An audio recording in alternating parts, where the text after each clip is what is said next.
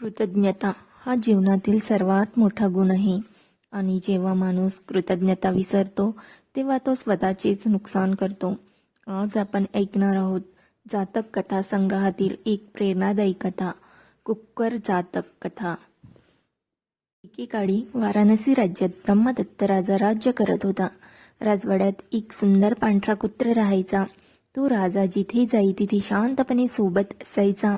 राजाला तो कुत्रा अत्यंत प्रिय होता. राजवाड्यात दुसरीकडे बाहेर राहणारे अनेक भटके कुत्रे होते. त्यांचा नेता होता काळा कुत्रा. तो अत्यंत बुद्धिमान, शांत आणि न्यायप्रिय होता. एक दिवस राजाच्या स्वयंपाकगृहात मांस चोरले गेले. राजा रागाने म्हणाला, राज्यातील सर्व बाहेरचे कुत्रे याच्यासाठी जबाबदार आहेत. ते सारे पकडा आणि मारून टाका. सैनिकांना आदेश मिळाले.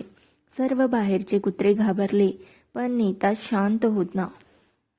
कुत्र्याची बुद्धिमत्ता. काळ्या कुत्र्याने विचार केला, राजाने चुकीचा निर्णय घेतला आहे. आम्ही दोषी नाही. खरा चोर कोण हे शोधलेच पाहिजे. त्याने रात्री स्वयंपाकगृहाभोवती आणि कचऱ्याच्या ढिगाऱ्यात शोध घेतला. त्याला सत्य कळले. खरे तर चोर तोच राजवाड्यातला पांढरा प्रिय कुत्रा होता.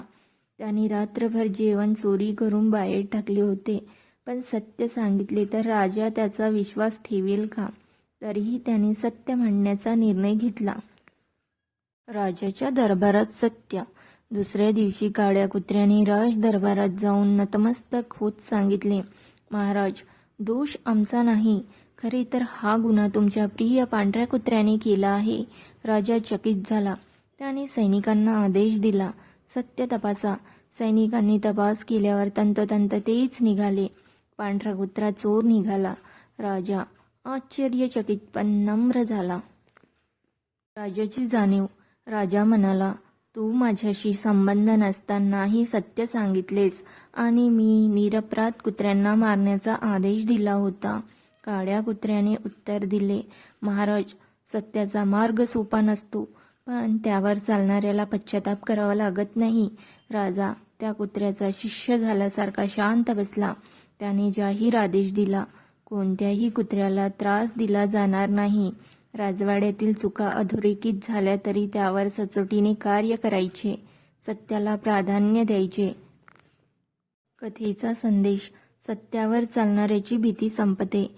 कृतज्ञता, प्रामाणिकता आणि निर्भयता ही बुद्ध धम्माची आधारशिला. चुकांची जबाबदारी घेतली नाही तर नात्यांचा, विश्वासाचा आणि न्यायाचा नाश होतो. धैर्याने सत्य सांगितल्याने जग बदलू शकते.